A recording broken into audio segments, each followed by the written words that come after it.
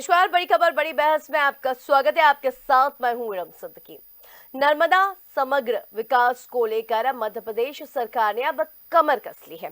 इसके चलते नर्मदा जी के तटों को संवारने के साथ ही रोजगार के अवसर भी बढ़ाने के लिए इसके चहु ओर यानी कि चारों ओर समग्र विकास की अवधारणा पर काम किया जा रहा है।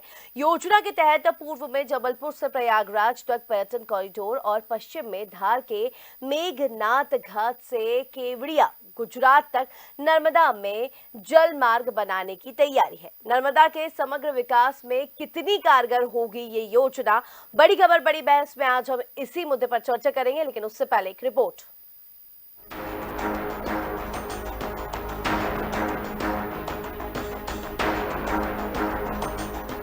नर्मदा को मध्य प्रदेश की जीवनदायिनी माना गया है, जो मध्य प्रदेश में 1077 किलोमीटर के अपने सफर में 16 जिलों से होकर गुजरती है, जो इन जिलों को नहीं बल्कि आसपास के अंचल को भी समृद्धि प्रदान करती है।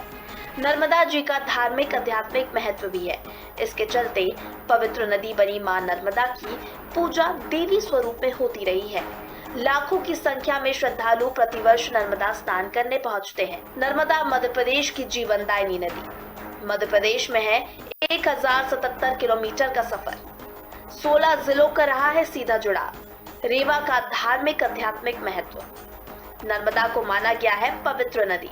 हर साल लाखों श्रद्धालु करते हैं स्नान। श्रद्धालुओं के दिल में जो श्रद्धा मां नर्मदा को लेकर है, वही उत्तर भारत की मां गंगा को लेकर भी है। राज्य सरकार अब देश की 2 पवित्र नदियां गंगा और नर्मदा को पर्यटन कॉरिडोर के माध्यम से जोड़ने की तैयारी कर रही है। इसके लिए प्रयागराज से रीवा होते हुए जबलपुर तक पर्यटन कॉरिडोर विकसित किया जाएगा। प्रयागराज आने वाले पर्यटक नर्मदा स्नान के लिए जबलपुर आसानी से आ सकेंगे। इसके लिए कॉरिडोर में पर्यटकों के लिए सुविधाएं विकसित की जाएंगी। साथ ही उत्तर प्रदेश में पर्यटन के गोल्डन ट्रायंगल प्रयागराज, अयोध्या व काशी को भी मध्य प्रदेश से जोड़ा जाएगा। इससे दोनों ही राज्यों में पर्यटन को बढ़ावा मिलेगा। बनेगा प्रयागराज रीवा जबलपुर कॉरिडोर बनने से बढ़ेंगे जॉब के अवसर। उत्तर प्रदेश गोल्डन ट्रायंगल से भी बढ़ेगा संपर्क। Prayagraj, Kashi, Ayodhya golden triangle. पर्यटकों के लिए बढ़ेगी परिवहन सुविधा। प्रयागराज से जबलपुर की दूरी 366 किलोमीटर। प्रयागराज और जबलपुर के बीच सड़क मार्ग से दूरी लगभग 366 किलोमीटर है। इसे तय करने में लगभग 6 घंटे लगते हैं। दोनों शहर राष्ट्रीय राजमार्ग 30 से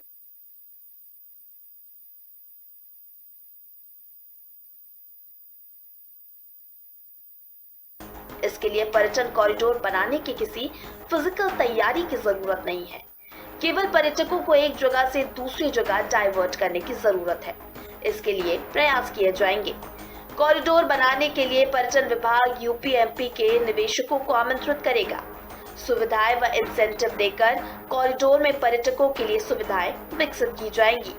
होटल, रिजॉर्ट, रेस्टोरेंट बनाए जाएंगे। धार्मिक महत्व बताते हुए ब्रांडिंग की जाएगी। टूर ऑपरेटर्स के जरिए पैकेज शुरू कराए जाएंगे। कॉरिडोर से विंध्य में भी पर्यटन को बढ़ाया जा सकेगा। जबलपुर प्रयागराज एक ही एनएच पर। पर्यटकों को डाइवर्ट करने होंगे जतन। सुविधाएं विकसित करने मिलेगा इंसेंटिव। कॉरिडोर में होंगे होटल, रेस्टोरेंट, रिजॉर्ट। धार्मिक महत्व जाएगी ब्रांडिंग। कॉरिडोर से विंध्य में बढ़ेगा टूरिज्म। एक और पूर्वी मध्य प्रदेश में इस पर्यटन कॉरिडोर के माध्यम से पर्यटन को बढ़ावा देने के साथ ही रोजगार के अवसर सृजित करने की तैयारी है। तो दूसरी ओर पश्चिमी मध्य प्रदेश में धार जिले के चंदनखेड़ी मेघनाथ घाट से गुजरात तक के केवड़िया में स्टैच्यू ऑफ यूनिटी तक नर्मदा में जल मार्ग विकसित होगा। इसकी दूरी 120 किलोमीटर होगी। ये मध्य प्रदेश का पहला अंतर प्रांतीय जल मार्ग बनेगा। क्रूज संचालन के लिए मध्य प्रदेश टूरिज्म और गुजरात सरकार में एमओयू पर हस्ताक्षर हो चुके हैं। जल मार्ग पर मध्य प्रदेश और गुजरात सरकार को 2 फ्लोटिंग जेटी यानी पोंटून क्रूज के टर्मिनल के रूप में कार्य किए जाएंगे। इसके लिए मध्य प्रदेश को 2 पोंटून मिल चुके हैं। पश्चिमी मध्य प्रदेश में भी पर्यटन कॉरिडोर। धार से केवड़िया तक होगा जल मार्ग पर क्रूज से हो सकेगी यात्रा। स्टैच्यू ऑफ यूनिटी जाना होगा आसान। धार से केवड़िया की दूरी है 120 किलोमीटर। मध्य प्रदेश गुजरात के बीच हो चुका है अनुबंध।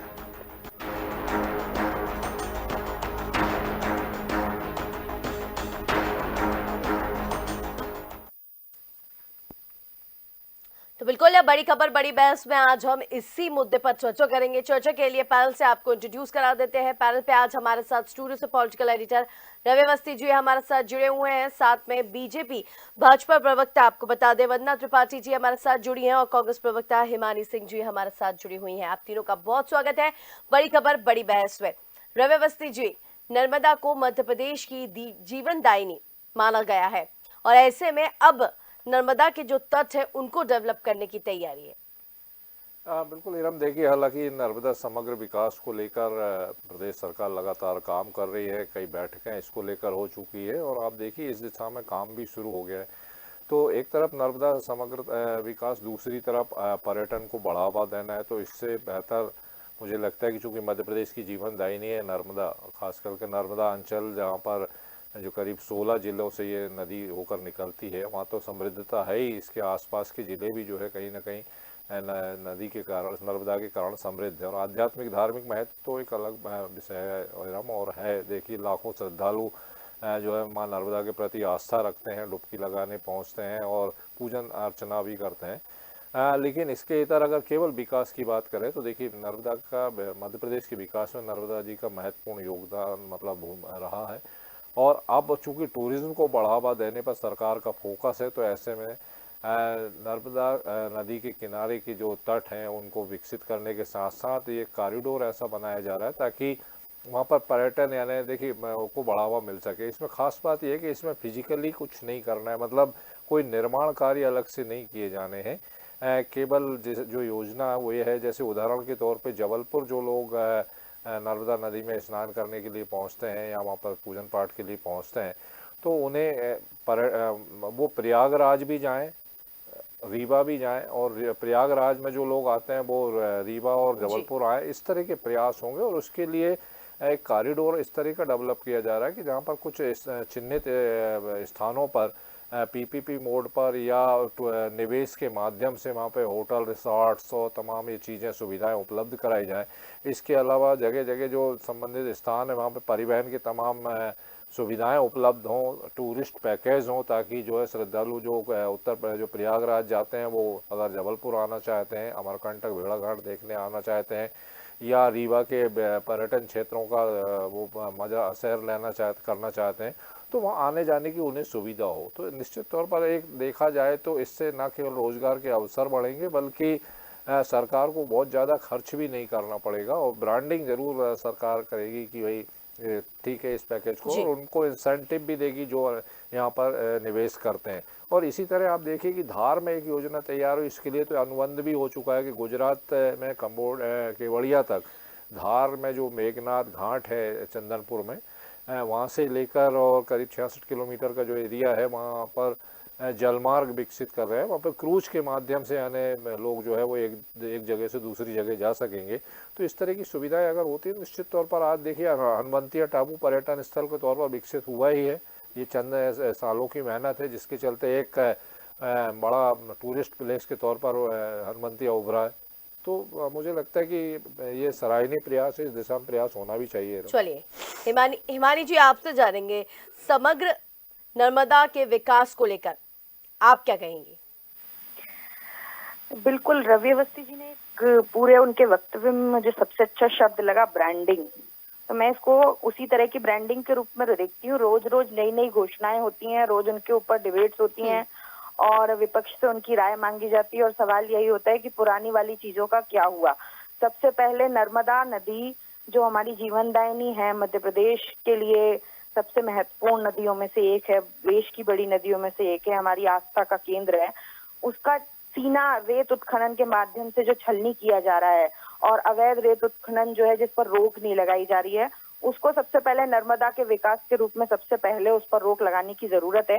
चलिए वो अलग विषय है, लेकिन यहाँ पर मैं ये कहना चाहती हूँ कि इससे पहले राम वन गमन पथ, जिस रास्ते से भगवान राम वन गए थे, वो रास्ते जो भी मध्य प्रदेश में पड़ता है उसके विकास के लिए भी शिवराज जी ने बहुत सारी वो चीजें की थी, लेकिन अभी तो फिलहाल ऐसा कोई भी प्रोजेक्ट जो है, जो पुरानी घोषणाएं हुई हैं उनमें से कुछ भी सामने नहीं आया है। तो ये भी सिर्फ एक ब्रांडिंग का माध्यम ना बन जाए, ऐसा ही मुझे नजर आता है। क्योंकि आपने कहावत सुनी होगी, दूध का जला छाछ भी फूक फूक के पीता है। तो पुराने अनुभवों के आधार पर हम यही कह सकते हैं कि मध्य प्रदेश जिस तरह से कर्ज में डूबा हुआ है, सरकार के पास पैसा नहीं है, तो ये ऐसी महत्वाकांक्षी योजनाएं सिर्फ ब्रांडिंग का माध्यम बन के रह जाएंगी और रह गई हैं। तो इनको कहीं भी हम धरातल पर, जमीन पर नहीं देख पाते हैं। चलिए वंदना जी, क्या कहेंगे आप हिमानी जी के जवाब में?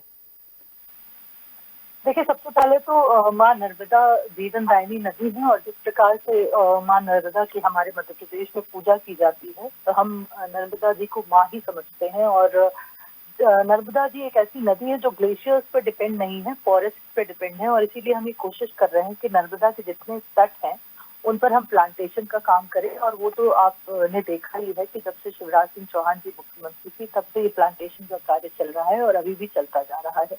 साथ ही साथ हमने ये कोशिश करी है कि जितने भी तट हैं नर्मदा नदी के, उनको हम डेवलप करें, और उनको डेवलप करने के पीछे हमारा पर्पस ये है कि हम वहाँ पर टूरिज्म को प्रमोट करें, साथ ही साथ जो वहाँ के लोकल लोग हैं उन्हें रोजगार मिले।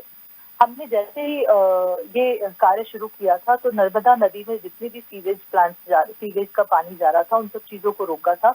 उसके अलावा हमने दुकानें जितनी भी नदी के आसपास लग रही थी, जिनकी वजह से गार्बेज वगैरह इकट्ठा हो रहा था, उनको भी हटाया था। तो ये सारी चीजें हम इसलिए कर रहे हैं क्योंकि कहीं ना कहीं मध्य प्रदेश की पहचान है मां नर्मदा, और हमें जल के साथ साथ जीवन देने वाली नदी है। अब रही बात कांग्रेस पार्टी की, तो देखिए कांग्रेस पार्टी की तो ये आदत बन चुकी है कि किसी भी प्रकार का कोई भी डेवलपमेंट का काम होता है तो विपक्ष के रूप में उन्हें उसका विरोध करना है। और देखिए, विपक्ष का काम ही है विरोध करना, लेकिन कुछ चीजें, कुछ योजनाएं जो हमारे प्रदेश के विकास के लिए है, प्रदेश के विकास में कारगर भी है, लेकिन वंदना जी, इसमें एक चीज जोड़ना चाहूंगी। वंदना जी, इसमें एक चीज जोड़ना चाहूंगी। हिमानी जी का कहना है कि जो पुरानी चीजें है या पुरानी योजनाएं, जो घोषणाएं, उनका क्या, वो एक चीज जोड़ना चाहूंगी। ये सवाल भी मैं साथ में जोड़ना चाहूंगी जो हिमानी जी का सवाल था। देखिए, जितनी भी योजनाएं हैं जो शिवराज सिंह चौहान जी के जमाने में चल रही थी, जैसे कि हम नर्मदा नदी से हटकर दूसरे बिंदु पर बात करते हैं। जैसे इन्होंने कहा था लाडली लक्ष्मी योजना बंद हो जाएगी, लाडली बहना योजना बंद हो जाएगी। कोई भी योजना बंद हुई क्या? नहीं। राम वन गमन पथ को लेकर मुख्यमंत्री जी श्री डॉक्टर मोहन यादव जी प्रतिबद्ध हैं। उन्होंने कहा है कि वो उस क्षेत्र को डेवलप करेंगे। उसके अलावा जब हम भगवान कृष्ण की भी बात करते हैं, तो उन्होंने तो भगवान कृष्ण के जहाँ जहाँ चरण पड़े थे उन स्थानों को भी तीर्थ स्थलों के रूप में डेवलप करने की बात करी है। सांदीपनी को वैश्विक स्तर का गुरुकुल बनाने की बात करी है। तो जो कार्य चल रहा था उसको निरंतरता के साथ आगे बढ़ाने का काम मुख्यमंत्री श्री डॉक्टर मोहन यादव जी कर रहे हैं, और किसी भी कार्य पर उन्हें रोक नहीं लगाई, कोई भी योजना बंद नहीं है, अपितु वो नई योजनाएं ला रहे हैं। और आप देखिए, ग्लोबल इन्वेस्टमेंट के लिए किस प्रकार से लंदन में, म्यूनिक में, स्टुगार्ट में, हर जगह जाकर वो निवेशकों से मिल रहे हैं। तो मध्य प्रदेश के चहुमुखी विकास के लिए मुख्यमंत्री श्री डॉक्टर मोहन यादव जी हर प्रकार से कार्य कर रहे हैं, चाहे वो नदियों का संरक्षण हो, तीर्थ स्थानों का संरक्षण हो, ग्लोबल इन्वेस्टमेंट की बात हो, फॉरेन डायरेक्ट इन्वेस्टमेंट की बात हो, या फिर यहाँ पर हम आईटी पार्क को डेवलप करने या इंडस्ट्रियल कॉरिडोर को डेवलप करने की बात करें। तो जब हम इस प्रकार से हर एक बिंदु पर बात करते हैं, तो मुझे लगता है कि विपक्ष को भी ये बात समझनी चाहिए कि एक व्यक्ति जो साल भर पहले मुख्यमंत्री बना है, अगर वो चहुमुखी विकास की बात कर रहा है, तो हर बात को उसकी विरोध करना गलत है। क्योंकि अगर मध्य प्रदेश का विकास होगा तो मध्य प्रदेश के युवाओं का विकास होगा, यहाँ रोजगार जनरेट होंगे, निवेश आएगा। अगर नदियों के तट डेवलप किए जाएंगे, उनके आसपास दुकानें बनाई जाएगी, तो वहाँ के गांव के लोगों को, वहाँ के लोगों को रोजगार मिलेगा। तो हम तो हर प्रकार से ये कोशिश कर रहे हैं कि रोजगार जनरेट करें और किसी ना किसी तरीके से हम अपनी इकोनॉमी को बढ़ाएं। और अगर हम उस कार्य को कर रहे हैं और उसमें भी अगर विपक्ष को आपत्ति है, तो कहीं ना कहीं मुझे लगता है कि विपक्ष ये चाहता ही नहीं कि मध्य प्रदेश का विकास हो। जिस प्रकार से इन्होंने बीमारू बनाकर रखा था, वो वैसा ही मध्य प्रदेश चाहते हैं। हम तो कह रहे हैं कि हम मध्य प्रदेश को पूरे इंडिया में टॉप मोस्ट स्टेट बना के रहेंगे, इकोनॉमी के पॉइंट ऑफ व्यू से, टूरिज्म के पॉइंट ऑफ व्यू से। और आपने देखा मुख्यमंत्री जी के साथ साथ डिप्टी सीएम जो राजेंद्र शुक्ल जी हैं, वो भी किस प्रकार से जितने भी ये नर्मदा नदी के किनारे हैं जो विंध्य में आते हैं, उनके डेवलपमेंट के लिए कार्य कर रहे हैं। बाण सागर करके एक डैम है, वहाँ पे भी उन्होंने एक रिजॉर्ट डेवलप कराया है। और बीहर नदी का जो रिवर फ्रंट है वहाँ पे भी उन्होंने एक पार्क डेवलप कराया है। तो ये सारी चीजें इसलिए की जा रही हैं कि टूरिज्म को प्रमोट करने के लिए, और सारे के सारे जितने भी हमारे मंत्री हैं वो इन सब चीजों को उनको निर्देश दिया जा चुका है कि उनके क्षेत्र में वो स्थान चिन्हित करें, तीर्थ स्थल हो या कोई टूरिज्म स्पॉट हो, और हम उन्हें डेवलप करेंगे। क्योंकि कहीं ना कहीं टूरिज्म हमारी इकोनॉमी का एक बहुत बड़ा हिस्सा है, और अगर हम उसके थ्रू अगर रेवेन्यू जनरेट करने की बात करते हैं तो ये मध्य प्रदेश, क्योंकि हमारा संसाधन संपन्न राज्य, खूबसूरत राज्य है, जंगल हमारे यहाँ बहुत है, तो हम अगर ये सारी चीजें कर रहे हैं तो मुझे लगता है कि विपक्ष को हमारा साथ देना चाहिए और हमें सुझाव देना चाहिए, ना कि हर बात का विरोध करना चाहिए। कल को मध्य प्रदेश आगे बढ़ेगा तो हिमानी जी से ले लेती हूँ। हिमानी जी क्या कहेंगे आप, फिर रवि जी आपसे सवाल लूंगी। जाकी रही भावना जैसी प्रभु मूरत देखी तिन तैसी। आप मेरा पहला वाला वक्तव्य गौर से सुनिए तो आपको समझ में आएगा। मैंने विरोध नहीं किया। विरोध किसको कहते हैं कि ये काम नहीं होना चाहिए, इसमें ये गलती है, इससे ये नुकसान होगा, इसको विरोध कहते हैं। मैंने कहा था कि नर्मदा हमारी जीवनदायिनी आस्था का प्रतीक है, सब होना चाहिए। और खुद इन्होंने स्वीकार किया, भाजपा की प्रवक्ता बहन ने, कि बात कर रहे हैं मुख्यमंत्री जी, बात कर रहे हैं। मैं और दूसरी योजनाओं पर जाती हूँ, जो एक दो योजनाएं इनकी चल रही हैं उनका नाम गिना दिया, और जिन चीजों की हमने बात की थी, राम वन गमन पथ, नर्मदा के लिए जो पहले घोषणाएं हुई थी और बाकी जो चीजें थी, और इन्हें खुद ही बोल पड़ी कि मुख्यमंत्री जी इन सब चीजों के बारे में बात कर रहे हैं। तो यही मेरा सवाल था कि जैसे सब चीजों के बारे में सिर्फ बात हो रही है, ये भी सिर्फ बात बन के ना रह जाए, इसको धरातल पर, जमीन पर आने का काम किया जाए, ताकि मध्य प्रदेश और आप हम सब इस बात से गौरवान्वित हो सकें। तो ये मेरा एक सुझाव ही था, और ये एक आपकी तरफ आप मुझे बताइए रम जी, इसको कैसे विरोध कहा जाता है? जो इन्होंने अपने वक्तव्य में 10 बार विपक्ष का विरोध, विरोध किसको कहते हैं कि ये काम नहीं होना चाहिए? मैंने कहा होना चाहिए, और ये खुद स्वीकार कर रही है कि बात कर रहे हैं। मुख्यमंत्री जी रामगमन पथ की बात कर रहे हैं, सांदीपनी आश्रम की बात कर रहे हैं, बात ही कर रहे हैं। मैं यही कहना चाहती हूँ, बातें बंद कीजिए, काम शुरू कीजिए। चलिए रवि जी, आपने सुना ही दोनों को, क्योंकि जिस तरीके से देखा जाए, एक तरफ विपक्ष का काम है विरोध करने का, और एक तरफ हिमानी जी का कहना है कि पुरानी जो योजनाएं हैं उनका क्या, ये जो अब नई योजनाएं आ रही हैं। चलिए इसी के साथ एक सवाल और जोड़ूंगी रवि जी, क्योंकि जिस तरीके से देखा जाए राज्य सरकार का जो अब उद्देश्य है कि अब देश की जो दो पवित्र नदियां हैं, गंगा और नर्मदा को पर्यटन कॉरिडोर के माध्यम से जोड़ने की तैयारी कर रही है, और जिस तरीके से देखा जाए तो रोजगार के अवसर भी बढ़ेंगे। देखिए सबसे पहले तो ये समझा जाना चाहिए कि Madhya Pradesh land sealed state कहलाता है, जहाँ पर तमाम आस पड़ोस में राज्य लगे हुए हैं। कोई बंदरगाह मध्य प्रदेश में नहीं है, यानी कोई समुद्र का किनारा, समुद्र का तट नहीं है यहाँ पर। और जिससे कि जो अन्य राज्यों को सुविधा है, जैसे गुजरात है, महाराष्ट्र है, जहाँ पर इनसे एक बड़ा टैक्स है, बड़ा राजस्व जो है सरकारों को मिलता है। लेकिन मध्य प्रदेश इस मामले में चूँकि यहाँ पर कोई बंदरगाह नहीं है, जाहिर बात है कि राजस्व जो है वो टैक्स पर ही निर्भर है, और टैक्स अगर है तो फिर वो कैसे मिल सकता है, उसमें कैसे बढ़ावा मिल सकता है। तो उद्योग निवेश के प्रयास तो सरकार कर ही रही है। अब टूरिस्ट को कैसे और बढ़ावा दिया जाए, टूरिज्म को बढ़ावा कैसे दिया जाए, तो जितना ज़्यादा पर्यटन को यहाँ पर विकास होगा, निश्चित तौर पर उससे उतना राजस्व बढ़ेगा। इस दिशा में देखिए जो प्रयास हुए हैं, तो आप अगर मध्य प्रदेश की आज भागीदारी कही जाए तो 6.5% भागीदारी मध्य प्रदेश में जो टूरिस्ट से इंडिया में जो टूरिस्ट से राजस्व मिलता है, उसमें 6.5% की भागीदारी मध्य प्रदेश की है। और 8वीं रैंक है मध्य प्रदेश की इस समय, अगर देखा जाए, जो कालांतर में बहुत पीछे हुआ करते थे। और अगर देखें तो 2021 में 5,88,00,000 टूरिस्ट मध्य प्रदेश आए थे, और 2023 में उनकी संख्या बढ़ के 11,21,00,000 हो गई है।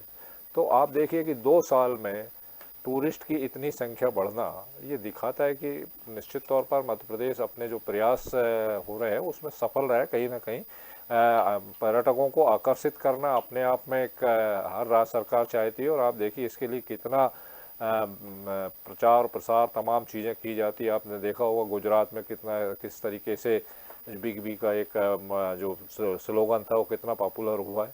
तो ऐसा ही तमाम प्रयास है, हर सरकार, राज्य सरकार प्रयास करती है। मैं किसकी सरकार है किसकी नहीं है ये एक अलग विषय है, मैं राज्य की बात कर रहा हूँ। हर राज्य जो है, चाहे वो असम हो, तमाम राज्य हों, वो हर राज्य सरकार जो है अपने यहाँ पर्यटकों को बुलाने के दिशा में प्रयास करती है, लेकिन आपको उतने संसाधन, उतने तमाम स्थान भी डेवलप करने पड़ेंगे।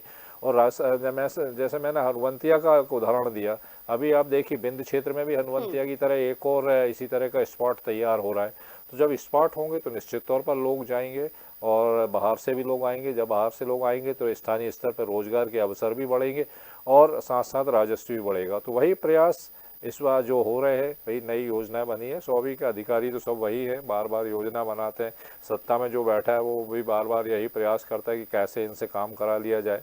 तो कितना आप सफल हो पाते हैं एक अलग बात है, लेकिन निश्चित तौर पर सरकार की जो मंशा है, सरकार का जो फोकस है, वो बहुत मुझे लगता है कि सराहनीय है। और अगर इस तरह के स्पॉट, इस तरह के पर्यटन निरंतर डेवलप होते हैं तो मध्य प्रदेश के लिए मुझे लगता है आने वाले समय में ये बहुत अच्छे प्रयास होंगे। चलिए, एक सवाल वंदना जी आपसे रहेगा मेरा। जिस तरीके से देखा जाए, एक और अगर पूर्वी मध्य प्रदेश में इस पर्यटन कॉरिडोर की बात की जाए, जो कि अभी मैंने रवि जी से भी यही सवाल पूछा था कि इसके माध्यम से पर्यटन को बढ़ावा तो मिलेगा ही, साथ में रोजगार के अवसर भी बढ़ेंगे। और साथ में हिमानी जी ने जो बात कही है उसको भी आप अपने साथ लीजिएगा जवाब में। जी वंदना जी। देखिए, नर्मदा नदी की जो शुरुआत होती है वो अमरकंटक से होती है। और अमरकंटक आपने देखा है अमरकंटक को किस प्रकार से डेवलप किया गया है। आज अमरकंटक में नंबर ऑफ टूरिस्ट की संख्या बढ़ चुकी है। अमरकंटक में विभिन्न रिजॉर्ट खुल चुके हैं। एक जमाना था जब अमरकंटक तक जाना भी सुगम नहीं था। आज हमने मार्ग, जो अमरकंटक जाने का मार्ग है, उसे भी हमने ठीक किया है, सड़क बनवाई है और कहीं ना कहीं वहाँ के जो तट है उन्हें भी डेवलप किया है। इसके आसपास प्लांटेशन का काम माननीय शिवराज सिंह चौहान जी ने जो पेड़ लगाने का, एक पेड़ रोज लगाने का जो ये प्रयास किया था, वो उन्होंने नर्मदा नदी के तट से ही शुभ प्रारंभ किया था और अमरकंटक में ही पहला पेड़ लगाया था। उसके बाद जब हम आगे आगे जाते हैं तो आप देखिए किस प्रकार से जबलपुर में ग्वारी घाट के आसपास किस प्रकार से विभिन्न दुकानें खुली हैं, रोजगार देने की कोशिश की जा रही है। तो ये सारी चीजें, और हम आगे आगे बढ़ते जाएं, गुजरात तक अगर जाएं, गुजरात बॉर्डर तक जाएं, नर्मदापुरम की बात करें या फिर ओमकारेश्वर की बात करें, तो आप देखिए किस प्रकार से, आप पहले के जमाने के याद करिए घाट, वहाँ नर्मदा नदी में आप स्नान नहीं कर सकते थे। आज हर जगह घाट बनाए जा चुके हैं, पक्के घाट बने हुए हैं, लोग आराम से जाकर स्नान करते हैं। नर्मदापुरम हमसे ज्यादा दूर नहीं है, वहाँ जाकर देखिए किस प्रकार से घाट बने हुए हैं, किस प्रकार से लोग जाते हैं। वहाँ पर पूर्णिमा के दिन आप देखिए कितनी भीड़ होती है वहाँ पर। ठीक है वंदना जी, आपको यहाँ रोकूंगी। एक छोटा सा सवाल मैं हिमानी जी आपसे भी लूंगी। जिस तरीके से हम समग्र नर्मदा तटों की या पूरे समग्र नर्मदा की बात कर रहे हैं कि उसका विकास होगा, साथ में टूरिज्म भी बढ़ेगा, उसको लेकर आप क्या कहेंगे? एक छोटा सा कमेंट। एक तो भारतीय जनता पार्टी के लोगों को बिल्कुल दिल की गहराइयों से शायद ऐसा लगता है कि जब से इनकी सरकार आई है उसके बाद ही दुनिया, भारत और मध्य प्रदेश संचालित होता है। अच्छी लगी मुझे इनकी बात कि ओंकारेश्वर में और नर्मदा में नहाना मुश्किल होता था, हमें तो कभी मुश्किल नहीं हुई। हम तो हमेशा से हमारे आस्था का विषय रहे हैं। हाँ ठीक है, जो चीजें समय की आधुनिकता के साथ जो चीजें बढ़ती जा रही हैं हम उनका भी स्वागत करते हैं, लेकिन ये जब किसी भी चीज को पूरी तरह से नकार देती हैं तो कहीं ना कहीं ये अपनी शिक्षा को जो कांग्रेस के कार्यकाल में इन्होंने पाई होगी और हम सब ने पाई होगी जो इस डिबेट में बैठे हैं, उसको कहीं ना कहीं नकार देते हैं। तो मैं बस यही कहना चाहती हूँ कि जो ओंकारेश्वर या यहाँ पर कोई अपनी दुकान भी खोले तो उसका क्रेडिट ये लोग सरकार को देते हैं, तो वो मुझे समझ में नहीं आता। कोई व्यक्ति अपना पैसा खर्च करके दुकान चला रहा है और ये तीर्थ स्थल आज के बने हुए नहीं है, ये हमारी सनातन संस्कृति का हिस्सा है। कब से बने हुए इनकी जानकारी भी हम लोगों को नहीं है, उसका क्रेडिट लेते हैं तो मुझे थोड़ा हास्यास्पद लगता है। चलिए ठीक है मानी जी, बहुत शुक्रिया आपका हमारे साथ जुड़ने के लिए। वंदना जी आपका भी बहुत शुक्रिया, रवि अवस्थी जी आपका भी बहुत शुक्रिया। तो मध्य प्रदेश में राजस्व बढ़ाने सरकार का फोकस टूरिज्म विकास पर है, वहीं दूसरी ओर नर्मदा समग्र योजना में नर्मदा के संरक्षण और संवर्धन की दिशा में भी सतत काम किया जा रहा है। इसी क्रम में नर्मदांचल में पर्यटन को बढ़ावा एक पंथ दो काज वाला साबित होगा। इससे न केवल राजस्व बल्कि रोजगार के नए अवसर भी बढ़ेंगे। विकास के लिए इस तरह के प्रयास सराहनीय कहे जा सकते हैं। तो बड़ी खबर बड़ी बहस में आज हमने इसी मुद्दे पर चर्चा करी। चर्चा के लिए पैनल का बहुत शुक्रिया। आप देख रही है DNA न्यूज। नमस्कार।